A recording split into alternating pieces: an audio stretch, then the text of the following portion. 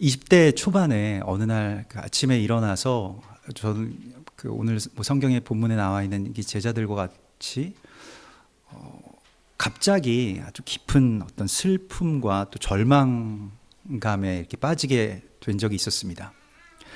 그 이유는 갑자기 나의 안에 있었던 어떤 열정이 사라졌다라고 하는 그러한 그 인식 때문이었습니다.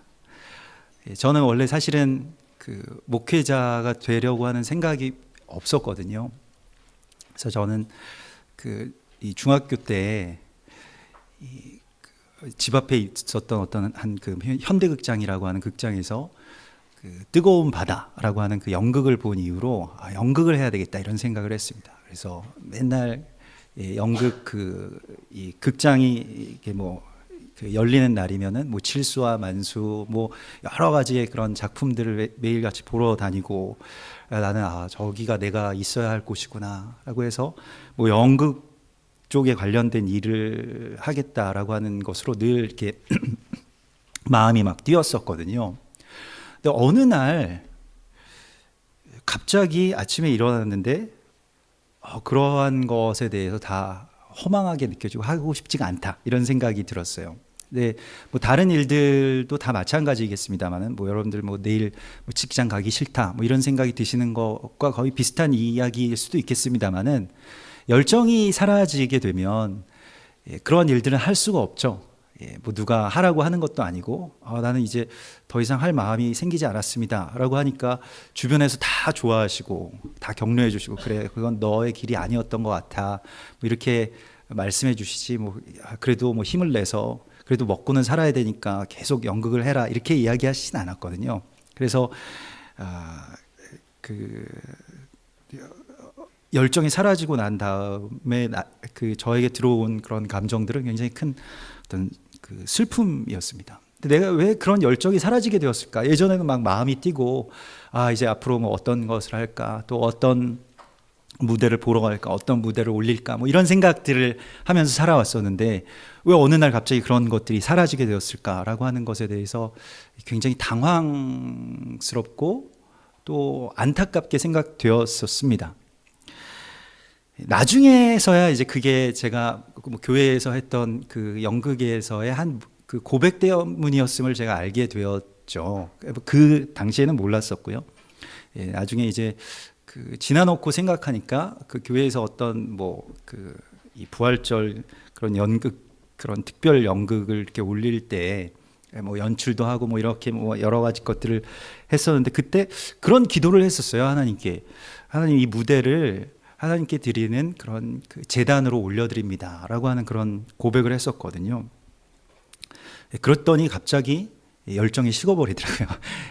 그래서 그게 그 고백에 대한 응답이었구나 라고 하는 것을 나중에서야 알게 되었습니다만은, 열정이 식어버렸다라고 하는 것은 참 슬픈 일입니다. 그리고 이것은 어찌 보면 모든 어떤 우울감의, 또 모든 슬픔의 어떤 전제가 될 것입니다. 더 이상 가슴 뛰는 일이 없다는 것이 사실은 우리 모두의 문제일 것입니다. 그냥 별일 없이 산다라고 하는 게 썩 좋은 일은 아니죠. 그냥 이렇게 뻔히 보이는 이런 삶을, 또 뻔히 보이는 이러한 생활들을 계속해서 해 나갈 것이냐, 결혼을 하고 직장을 가고 아이를 키우고 그러다가 살다가 암에 걸리거나 아니면 다른 노안에 걸리거나 치매에 걸리거나 둘 중에 대부분은 하나씩은 걸려가지고 나중에 노년의 생명을 그냥 연장하면서 그렇게 별일 없이 살다가 죽는 것이 나의 삶에 있어서의 전부인가라고 하는 것을 생각해 보면 간혹 겁날 때가 있죠. 두려워지기도 하고 또 슬프기도 하고 또 허망하기도 합니다. 어떤 공허감 가운데 우리가 빠져들게 되죠. 생각해 보면 그렇기 때문에 자꾸 생각을 하지 않으려고 하죠. 그런 것들 생각하지 마. 그냥 너에게 닥친 일을 그냥 해. 오늘 일어났으니까 학교 가고, 오늘 깼으니까 회사 가고, 오늘 그냥 이렇게 예배당 나왔으니까 예배 드려. 이러한 것이죠. 큰 기대는 없어요. 크게 마음을 막 뛰게 하고 제가 뭐 그 젊은 시절에 무대를 보면서 막 이렇게 마음이 콩당콩당 하던 어떤 그런 감정들이 삶을 살아가는 데 있어서 느껴지지 않는다는 것입니다. 그것이 우리의 문제이고, 또 오늘 이 본문 가운데서 이 엠마오라고 하는 곳으로 낙향하고 있는 제자들의 문제입니다. 예전에는 그들의 가슴도 뛰었겠죠. 삶을 전체를 다 내가 여기다 걸겠다라고 할 정도로 예수 그리스도에 대해서, 예수님에 대한 마음들이 아주 두근두근했던 그 제자들이었습니다. 그런데 그들은 이제 실패하게 되죠. 말하자면 영적인 파산을 맞게 되었다는 것입니다. 예수 공동체가 완전히 무너진 것이죠. 한때는 수많은 무리들이, 수천 수백 막 구름대와 같은 그런 무리들이 모여들던 예수 공동체, 그러한 그들의 어떤 영적인 사역들이 다 실패로 끝나게 되었습니다. 예수님의 죽음으로 말미암아서. 예수님이 죽으셨을 뿐만이 아니라 더 심각한 문제는 제자들이 한 사람도 예수님을 따르지 못했다는 데 있었어요. 다 도망갔고, 뭐 베드로부터 시작해서 다 부인했고, 다 자신들이 예수의 제자인 줄을 알아볼까 봐 전전긍긍했다는 것이 더 큰 그들의 수치이자 슬픔이었습니다. 이런 영적인 파산을 맞은, 영적인 깊은 흑암 가운데 들어간 사람들을 우리가 간혹 만나게 됩니다. 자신의 어떤 삶의 인격이나 또 자기 안에 있는 어떤 믿음이나 사랑을 어떻게든 이렇게 다 끄집어내서 태워서 살아가는 사람들에게는 반드시 한 번은 이런 영적인 깊은 공허와 흑암이 오게 되어 있습니다.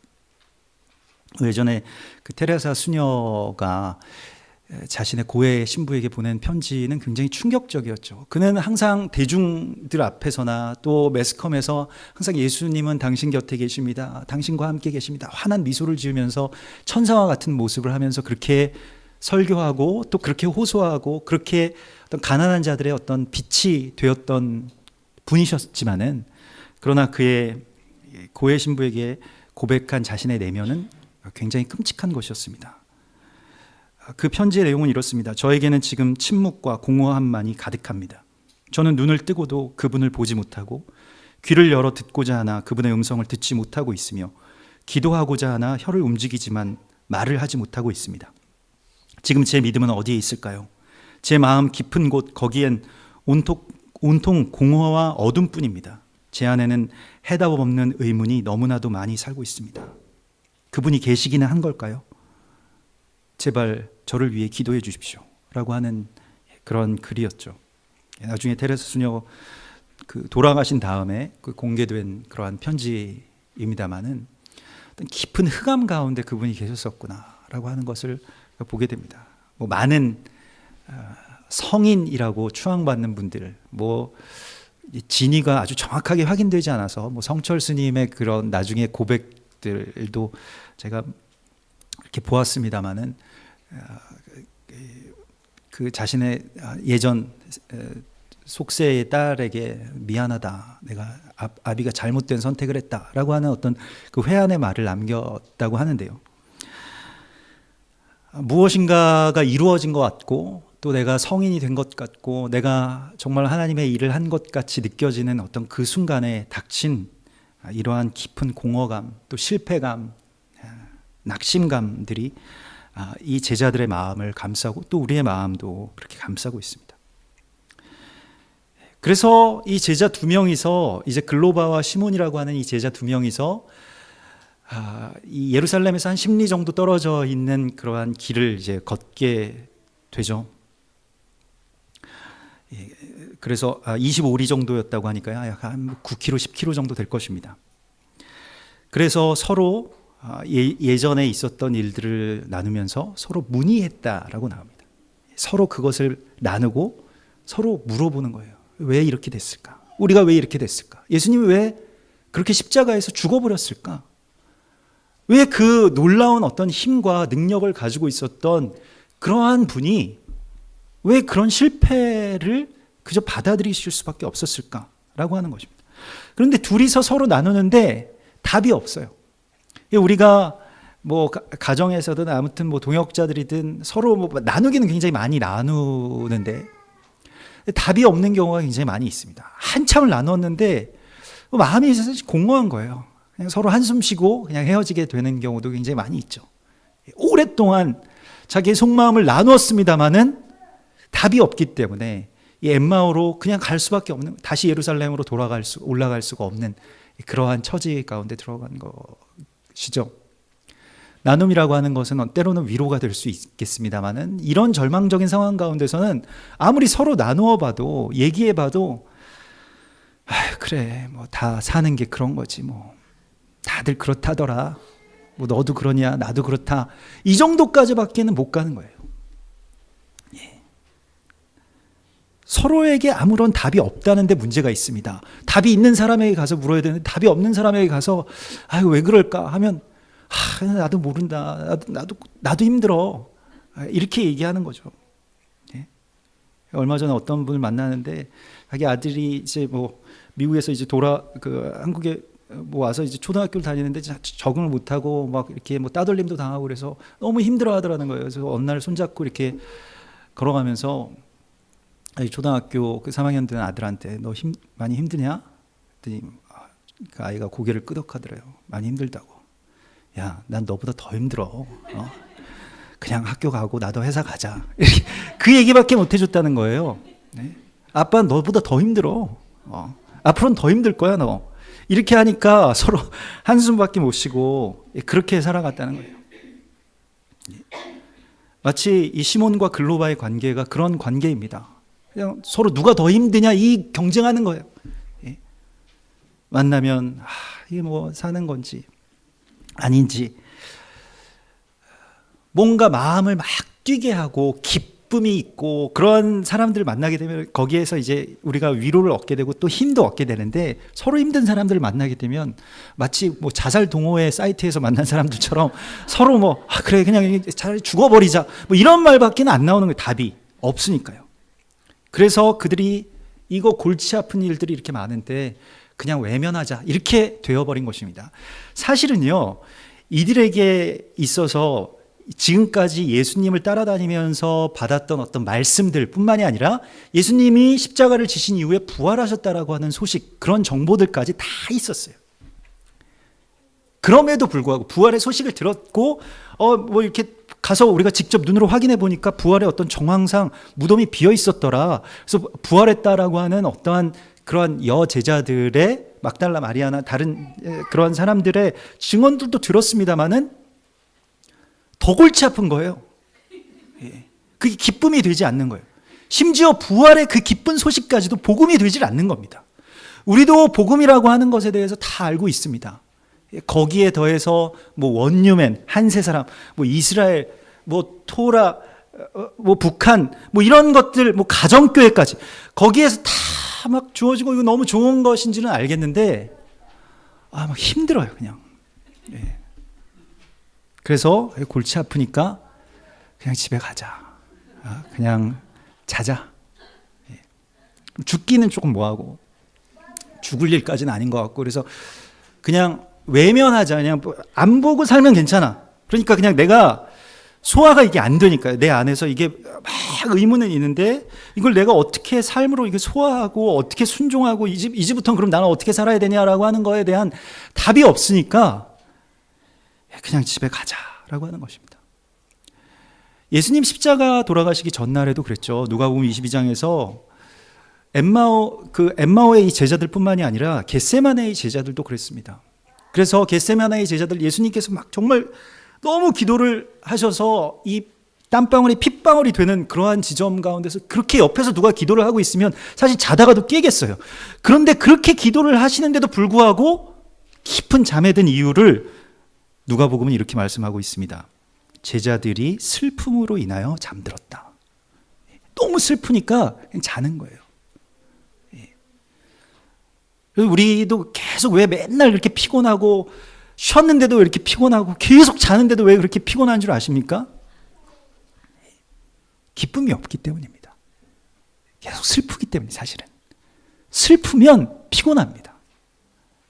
막 마음이 뛰면 아침에 막 기대감으로 이렇게 일어나게 되는데 일어났는데 모든 게 싫어. 그게 바로 슬픔이고, 그것을 오늘 성경에서 눈이 가리워진 상태라고 말씀하고 있습니다. 그러니까 예수님을 예수님으로 바라보지, 예수님을 메시아로 바라보지 못하고 있는 어떤 그러한 상태, 그것이 바로 슬픔의 이유였고 슬픔의 속성이었다고 하는 것을 오늘 우리가 보게 됩니다. 우리는 정말로 어느 때보다 많은 정보 속에서 살고 있습니다. 성경에 대해서도 사실은 여러분들만큼 많이 알았던 선지자들도 없을 거예요. 드뭅니다. 이 정도로 많이 알았던 사람들도 드물어. 예전에 성경 신학자들이 아는 것보다 훨씬 더 많은 것들을 이미 다 알고 계십니다. 더 뭘 배울 필요도 없어요. 뭐 성경을 더 공부해야 되겠다? 그렇지 않습니다. 너무 많이 알고 또 뭐 많이 비교하고 뭐 정말 스마트한 그런 삶 가운데서 우리가 살아가는데 정말로요, 가장 많이 속고 가장 많이 빼앗기면서 살아가는 것이 또한 우리들의 모습이죠. 사기꾼들의 이야기를 들어보면요, 좀 이렇게 어수룩한 사람들이 제일 어렵다는 거예요.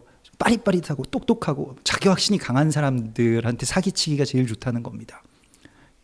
정말 안 속을 것 같은 사람이 제일 잘 속는다는 거예요. 우리들이 딱 그런 모습이죠.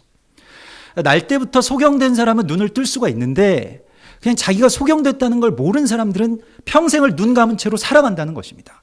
그것이 우리의 문제이고요, 예수에 대해서 눈이 가려진 그 제자들의 모습과도 같은 것이었습니다. 자신이 소경임을 인지하는 것이 무엇이냐면 바로 말씀입니다. 그래서 예수님께서 그 제자들에게 처방해 주신 것은 말씀을 알려주세요. 말씀을 깨닫게 해주십니다. 말씀을 열어주십니다. 제자들에게 야 나야 나, 날 왜 못 알아보냐 이렇게 말씀하시지 않았고요, 말씀을 가르쳐 주셨습니다. 그래서 말씀을 열어서 그것을 풀어주시죠. 말씀이라고 하는 것은 어디까지 우리를 이끌어 주시냐면, 성경은 우리에게 그 말씀이 뭐 토라뿐만이 아니라 모든 하여튼 말씀이 우리가 몽학 선생 같은 것이라고 이야기하고요. 요한복음 9장에서 날 때부터 소경된 자는 예수님의 그 침으로 짓이겨진 그 진흙을 눈에 붙이고 실로암까지 어떻게든 가야 됐습니다. 나는 정말 맹인이다라고 하는 거를 인식해야만 됐죠. 내가 무지했다는 것을 아는 그것이 바로 성경이 우리 가운데 열리게 될 때의 그런 모습입니다.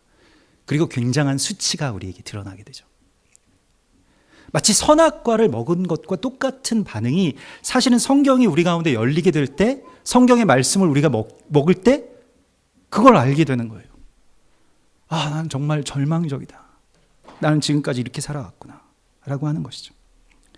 그런데 눈이 가리워졌을 때는요, 예수님을 정말 참 예수님을 알아보지 못했다는 것입니다. 제자들이 자신들의 삶을 다 헌신했고요, 선교 여행도 떠났고요, 병든 자들도 고쳤고요, 많은 기적과 이사와 그런 많은 말씀들도 다 배웠습니다마는 예수님으로 보지 못했다는 거예요. 그것은 지금 이 순간뿐만이 아니라 엠마오로 가는 이 순간에 예수님을 바라보지 못했다는 것이 아니라 그 전에도 제자들의 시각은 예수님에 대해서 열리지 않았다는 것을 성경은 오늘 우리에게 말씀하고 있습니다. 그래서 예수님에 대해서 예수님께 소개를 하잖아요. 제자들이 예수님 어떤 분이셨는지 아냐, 그거 누구냐라고 예수님께서 물어보실 때에 그는 모든 일에 뛰어난 선지자였다라고 말합니다. 우리가 생각하는 예수님의 모습이 바로 이 모습이거든요. 예수님을 메시아 그리고 참된 우리의 구주 십자가의 종으로 우리가 인식하지 않고 모든 일에 뛰어난 어떤 한 선지자, 능력자로 우리가 생각을 하고 있다는 것입니다. 그래서 날 좀 도와주시고요, 내게 실제적인 어떤 힘을 주시고요, 나의 문제를 해결해 주시는 어떤 그런 만능 도우미 정도, 이렇게 뛰어난 분으로 우리가 생각하고 그렇게 믿어왔다는 것입니다. 실제로 그 예전 구약 시대의 이스라엘 그런 제단들에 가보면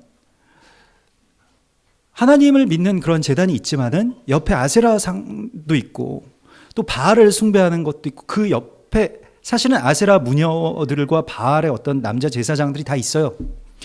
그래서 하나님께는 예배를 드리고요, 그 사람들에게 가서는 실제적인 어떤 힘을 얻습니다. 그러니까 만약에 내가 아이가 없다라고 하면 말하자면 신전 그 제사장들이 그런 남창들이었거든요. 그런 그 창기들이었거든요. 그러니까 가서 씨를 받아오는 거예요. 그래서 아이가 생기고, 내가 정말 힘이 없다 그러면 제단 가운데서 흘러나온 그 피를 모아두었다가 그 피를 남자들에게 마시게 했습니다. 피를 마시면 뭐 저는 마셔본 적이 없습니다만은 피를 마시면 막 힘이 다시 생기고 막 그 광야에서 막 더운 날에 막 이 힘이 빠졌던 사람들이 다시 눈이 번쩍 뜨이고 뭐 그런다면서요. 그래서 우리나라 사람들도 막 산 그 곰한테 막 파이프 꽂아놓고 뭐 그거 갖다가 마시고 막 그러지 않습니까? 예.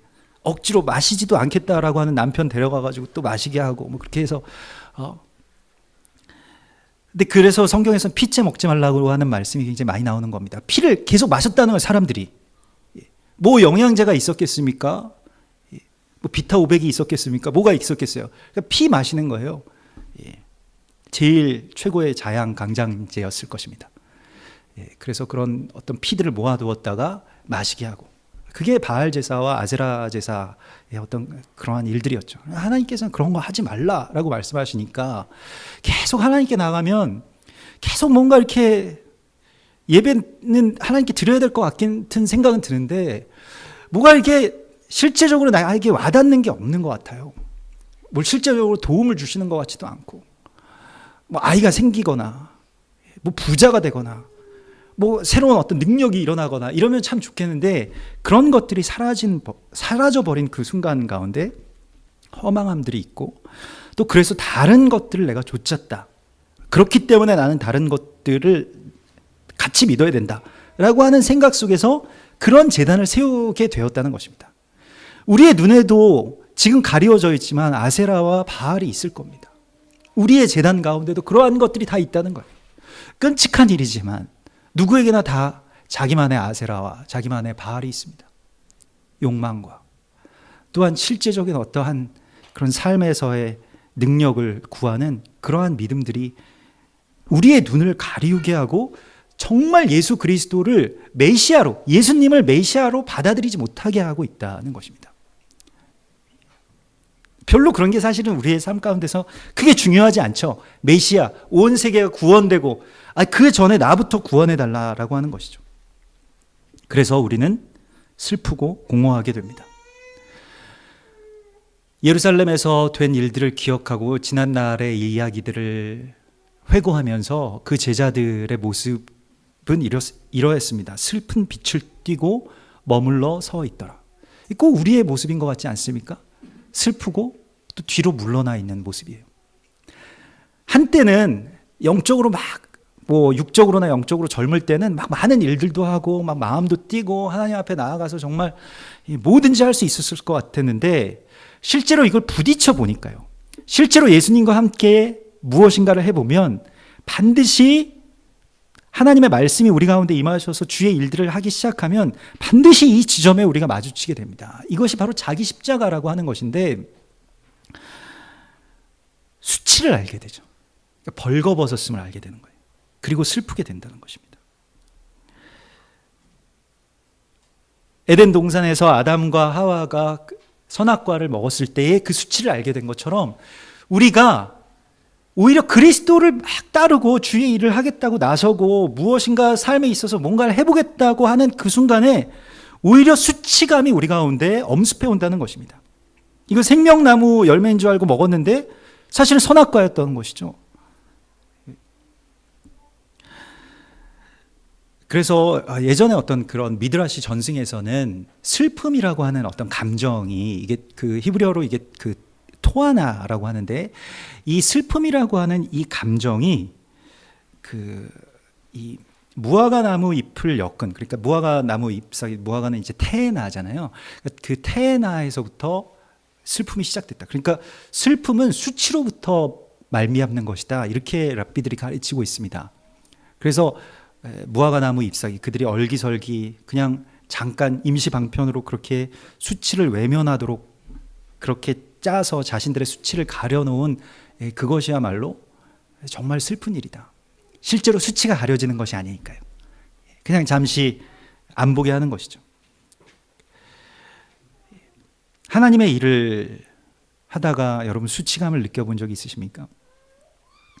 얼마 전에 어떤 분을 만났는데 그분이 예배에 나오기 굉장히 힘든 어떤 상태였다고 그런 말씀을 하세요. 그러면서 자기가 정말 하나님의 말씀을 읽다가 오래간만에 하나님의 말씀을 깊이 있게 읽다가 큰 어떠한 터치를 받았다, 영적인 터치를 받아서 이 말씀 정말 나에게 주시는 말씀이구나 라고 모든 문제가 정말 해결되는 듯한 빛이 정말 열리는 것과 같은 그런 광채를 보았다는 거예요. 그 말씀은 어디였냐면 누가복음 6장 28절과 29절의 말씀이었습니다. 너희를 저주하는 자를 위하여 축복하며 너희를 모욕하는 자를 위하여 기도하라. 너의 이 뺨을 치는 자에게도 저 뺨을 돌려대며 너의 겉옷을 빼앗는 자에게 속옷도 거절하지 말라. 이 말씀이 자신의 어떤 삶에 있어서 모든 어떤 문제들, 또 미워했고 오해했던 사람들을 용서하는 어떤 그런 마음들, 그런 것들이 막 벅차 올라가지고, 가끔 여러분 성경 읽으실 때 그렇게 은혜 받으실 때 있지 않습니까? 그래서 말하자면 그렇게 은혜를 받아서 막 자기 그 페이스북에 선포를 했다는 거예요. 이 구절들을 올려놓고 나도 이렇게 살아야 되겠다. 정말로 원수에게 뺨을 돌려대는 그러한 것이 정말 이게 열쇠였구나. 뭐 이런 것을 올리고 막 좋아요가 막 이렇게 뜨는 그런 순간에 뭐 추석 때 뭐 여러 가지 그런 그런 일들 때문에 남편과 뭐 아주 대판 싸우게 됐다는 거예요. 아주 그냥 남편이 그렇게 그 평상시 미웠던 게 한 10이라면 그때는 한 100 정도로 밉더라는 거예요. 10배 정도로. 뭐 분노가 밀려와가지고 그렇게 미워 보일, 뭐 추석 때 하여튼 남편은 다 미워 보이긴 하지만 아무튼 그렇게 미워 보일 수가 없더라고요. 그래서 막 싸우는데 정말 수치스러운 것은 무엇이냐면 남편이 그럴 거면 페이스북에 그런 글은 왜 올렸냐 뭐 이러는 거죠. 나도 들어가서 봤다 사실은. 그래서 뭐 왼뺨을 뭐 돌려댄다고 뭐 이런 것까지 막 싸우면서 나오니까 수치감이 더 막 견딜 수 없어가지고 사실 그 말이 너무 자기를 막 찌르는 거예요. 내가 정말 하나님 말씀을 이렇게 받았는데 실제 현실이 이게 뭐냐? 이거 왜 이렇게 절망스럽냐는 거예요. 너무 절망스럽고 너무 자신이 수치스럽고 그 자괴감이 느껴져가지고 더 이상 예배를 드릴 수가 없다라고 하는 그 상태가 되었다는 것입니다. 그 말을 듣는데 이게 다 비슷한 건가? 한세 사람이라고 그래서 우리 교회 이름이 한세 사람인데요. 원수되었던 이스라엘과 우리가 하나 됩니다. 북한도 이렇게 품고요. 그래서 전에 원수돼서 분열돼서 원수되었던 분들과 이렇게 함께 연합하자. 이게 우리 교회의 이름인데요.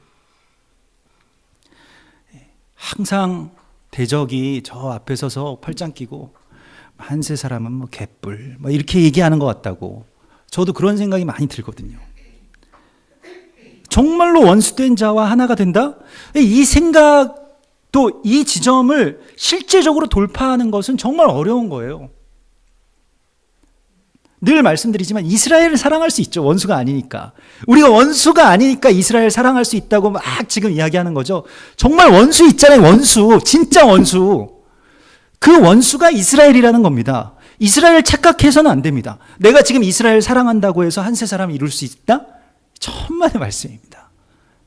이스라엘은 전에 원수된 자가 그리스도 예수 안에서 한세 사람을 우리가 그들이 하나가 돼서 한세 사람을 이루는 것이지 원수가 아닌데요. 뭐 이스라엘은 사랑할 수 있죠. 쉽죠. 우리에게는. 특히 동양인들에게는 뭐 유대인들에게 무시당해 보신 적 별로 없잖아요. 유대인 원수를 가지고 계신 분들이 없으시니까 뭐 사랑하겠다고 쉽사리 나서는 것이지만 실제로 사랑해 보려고 하면 굉장한 어떤 경멸감, 모멸감 같은 것들을 많이 느낍니다. 뭐 이스라엘에 갈 때마다 진짜 유대인들 만나잖아요. 근데 정말 그 싸늘한 눈빛을 만나보게 되면 굉장히 심각합니다. 정말 날 싫어하는구나 이 사람이. 그런 느낌을 굉장히 많이 받아요. 나한테 물건을 파는데도 뭐 서점에서 뭐 책을 하나 사는데도 절대 웃지 않고요. 속으로 되게 경멸하고 있다는 것이 밖으로 다 드러나거든요. 그래서 내가 너한테 돈은 받지만 난 너 싫어. 이러한 것을 말을 하지 않아도 그냥 그 표정과 행동 가운데서 다 드러납니다. 내가 돈 내고 이런 모멸을 받아야 되나 이런 생각도 들거든요. 이제 뿌리 깊은 어떤 그 이방인, 그 고의라고 하는 그 이방인에 대한 어떤 증오감 같은 것들을 간혹 느낄 때마다 섬뜩하거든요. 실제로 이런 사람이랑 친구가 될 수 있을까? 정말 이런 사람이 우리 교회에 있다면 어떨까? 우리 가정에 있다면 어떨까? 계속 이런 눈빛을 내가 받아낼 수 있을까? 지금 한 10분도 이 눈빛 받아내기가 힘든데, 그런 생각이 많이 든다는 것이죠. 그리고 절망감 가운데 빠지게 됩니다. 십자가를 져야 된다라고 하는 예수님의 말씀을 듣기는 들었지만 실제로 질 수는 없는 거예요. 그래서 분노와 슬픔, 그리고 낙향이 이어지게 되었다는 것입니다. 그런데요, 놀랍게도 예수님께서 말씀으로 이렇게 풀어주시기, 모세의 글, 또 시편의 이야기, 또 예언자들의 그런 예언들 가운데서 메시아라고 하는 분이 실제로는 그들이 그 전까지 이렇게 그려왔던 어떠한, 그들이 그림 그려왔던 그러한 모습의 메시아가 아니고, 예루살렘이라고 하는 성전이 그들이 생각했던 그러한 예루살렘이 아니고, 이상향이라고 하는 것, 하나님의 나라라고 하는 것이 우리가 생각했던 것과 같이 막 보석들이 박혀 있고 아무 걱정이 없고 매일 나 설거지는 안 해도 맛있는 것들이 계속 차려지고 막 시댁에 안 가도 되고 막 직장에 안 나가도 되는 불로소득과 무의 도식과 극락왕생 뭐 이런 것들이 아닌 하나님의 나라라고 하는 것의 실체를 성경 가운데서 열어주시는데요, 예수님께서 그것을 열어주셨다는 것입니다. 그런데 성경을 보니까 죄다 사람들이요, 다 실패한 이야기예요. 우리가 지난주에도 이 토라 포션의 마지막, 그 모세오경의 마지막 부분을 새벽 예배 때 계속해서 나누었는데, 결국엔 어떻게 됐는지 아십니까? 출애굽의 이야기가 넌 못 들어가, 그걸로 끝나더라고요. 되게 끔찍하지 않아요? 산에 데리고 올라가서 다 보여주신 다음에 넌 못 들어가, 이 이야기로 끝났다는 것입니다. 모세가 실패한 이야기가 토라 포션의 결론이었어요. 그래서 어떻게 보면 모든 것들이 다 실패한 이야기, 그것이 성경의 이야기였습니다. 그런데 모세의 마음은 이 세상에 그 어떤 것을 가진 사람보다도 더 완전한 성취감 가운데 있죠. 그래서 비스가 산에 올라가서, 원래 뭐 그런 산에 올라가면 웬만한 곳이 보이긴 합니다만은 이렇게 온 이스라엘 땅이 다 보여요. 눈이 갑자기 밝아져가지고 막 옛날에 600만 불 사나이처럼 다 보입니다. 예루살렘도 보이고요. 저 위에 북쪽으로는 단에서부터 밑에 있는 그 부엘세바 그 밑에까지 다 보였어요. 성경에서 그렇게 나와 있습니다. 그것을 다 보여주신 이후에 너는 그곳에 들어가지 못하리라, 이렇게 말씀하시는데요, 그럼에도 불구하고 모세의 마음은 아주 벅차오르났다는 것입니다. 예수님께서도요, 십자가의 그 나무 위에 올라가셔서 하나님께로부터 버림받고 제자들 다 뿔뿔이 흩어지고 그 수치감 가운데서 어머니는 앞에서 울고 계시고, 그곳에서 내가 목마르다라고 말씀하시면서는 그 순간에 다 이루셨음을 깨닫게 되었다는 것입니다. 성경이 이 얘기거든요. 이 엄청난 실패, 그래 너 실패했어. 이 엄청난 좌절, 그래 나 그렇게 좌절해서 무릎 꿇었어 라고 하는 그 순간에 그게 예수님 이야기, 그게 성경의 구원의 이야기라고 하는 것을 그들에게 밝혀주셨다는 것입니다. 그래서 마음이 다시 뛰기 시작했어요. 이거였어? 정말로 이런 거였어? 라고 하는 생각 가운데 들어왔다는 것입니다. 우리가 우리의 어떤 마음과 행함과 삶의 완전함으로 인하여서 우리의 수치를 가리지 못합니다. 그거는 무화과 나무 잎사귀 같은 거예요. 실제로 그런 것들을 하나하나 얼기설기 엮어가지고 나의 수치를 지금까지 가려왔던 것이죠. 뭐 사역이라는 이름으로, 영성이라고 하는 이름으로, 지난날의 신앙 경력이라고 하는, 아니면 나의 인격이라고 하는, 아니면 나의 스펙, 아니면 나의 재산, 나의 차, 나의 뭐 다른 어떠한 뭐 옷가지들, 이런 것들로 나 자신의 수치를 가리면서 살아왔습니다만은, 글쎄요, 하나님을 속이지 못하고 또 나를 속이지 못하는 거죠. 그 수치는 그대로 있었다는 것이죠. 그게 나에게 있어서 가장 큰 절망이었을 뿐입니다. 그런데 하나님께서 우리에게 이렇게 말씀하시는 거예요. 그게 성공이다. 아니 이게 성공이라뇨?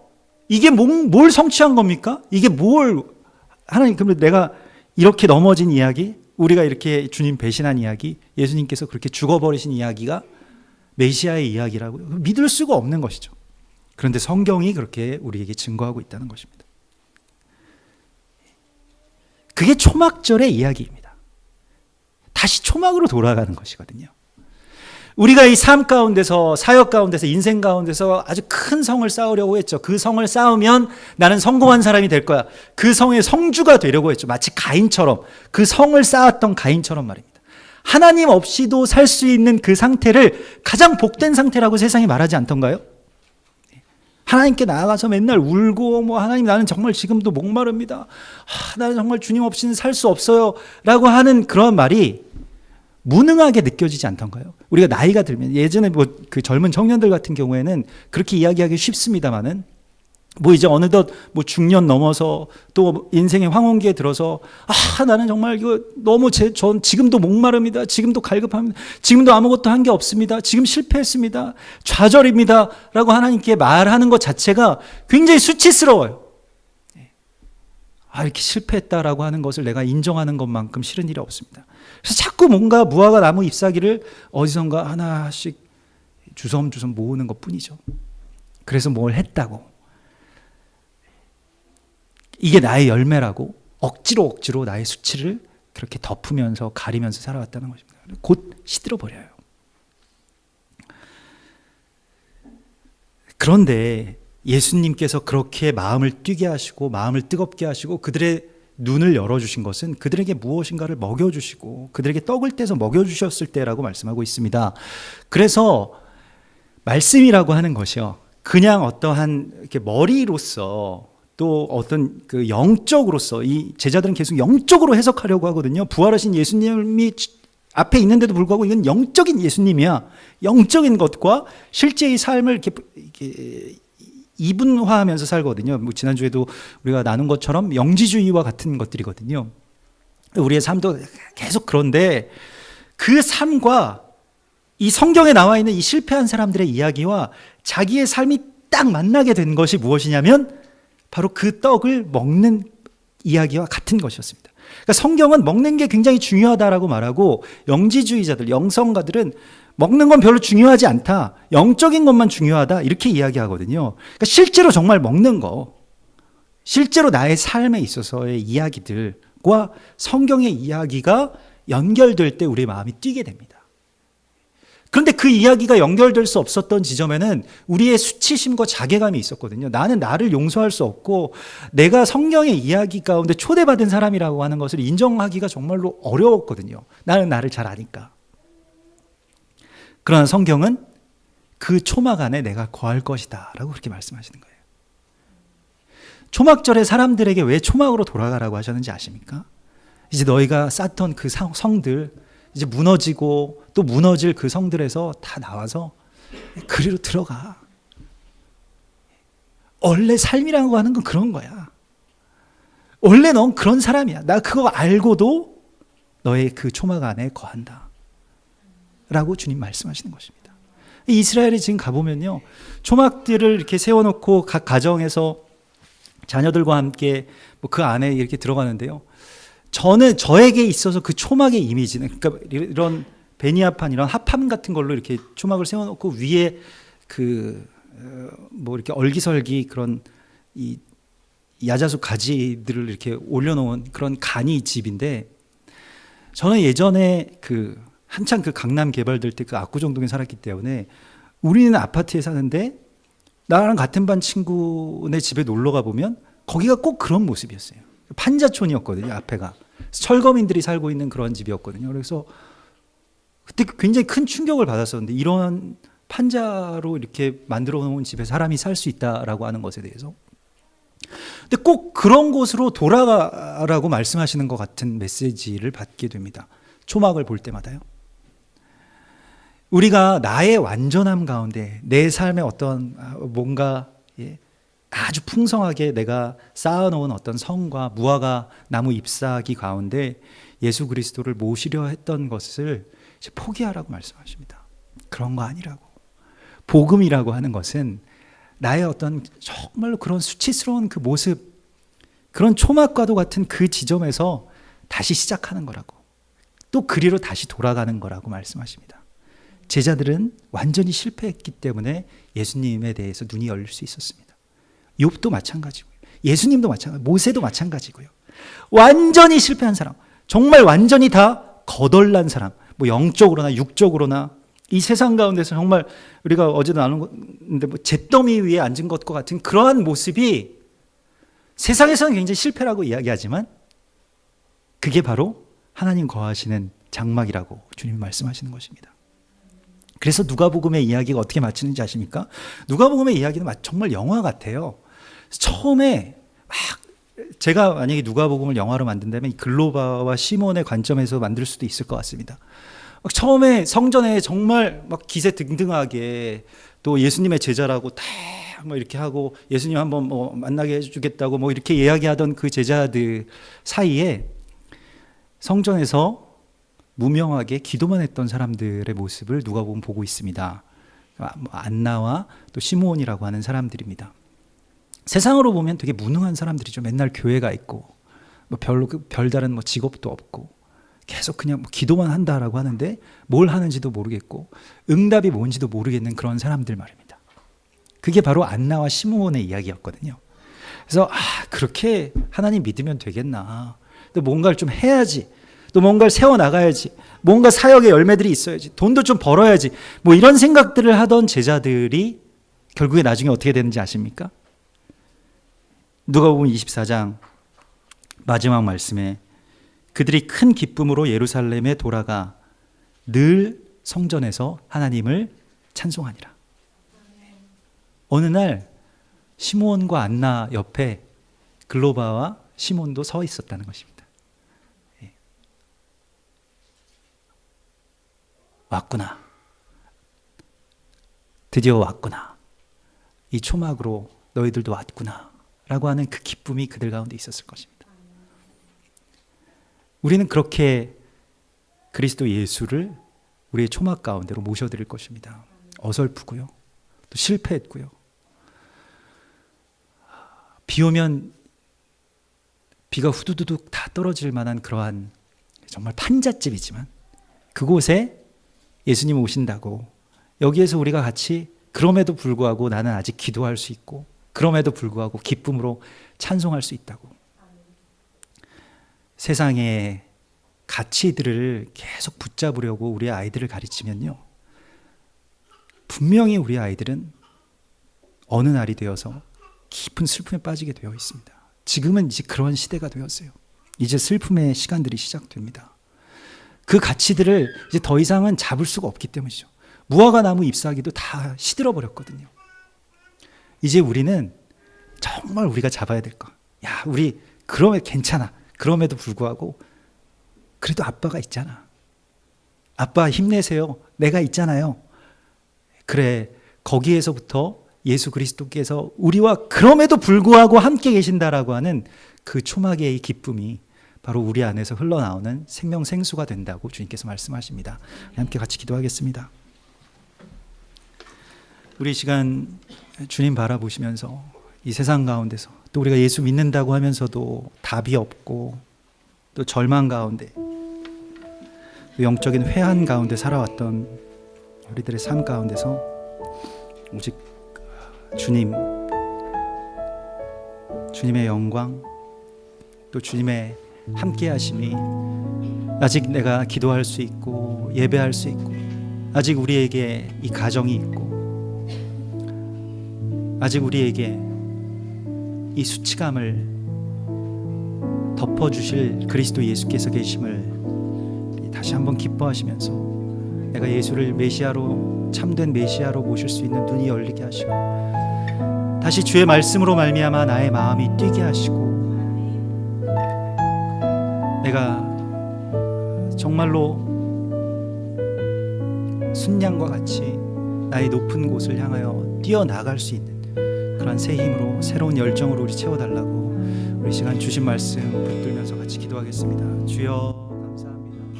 주여 찬송합니다. 주여 우리의 마음, 우리의 삶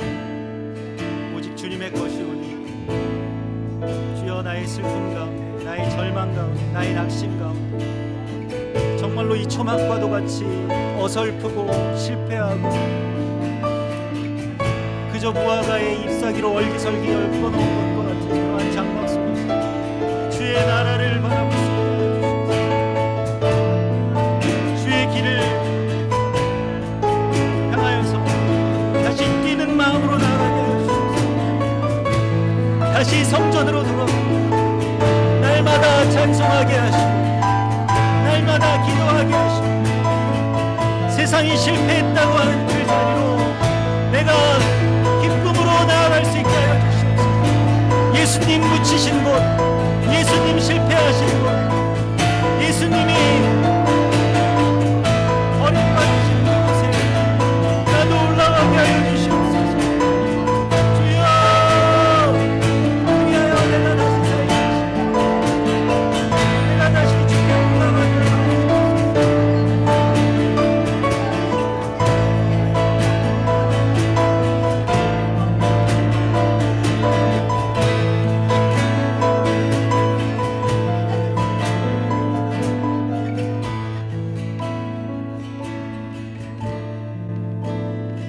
날 구원하신 주 감사 모든 것 주심 감사 지난 추억이 내 감사 주 내 곁에 계시네 향기로운 봄철의 감사 외로운 가을 날 감사 사라진 눈물도 감사 나의 영혼 평안에 응답하신 기도 감사 거절하신 것 감사 헤쳐나온 풍랑 감사 모든 것 채우시네 아픔과 기쁨도 감사 절망 중 위로 감사 증명 못할 은혜 감사 그 신사랑 우리 다같이 일어나셔서 찬송하시겠습니다. 길가에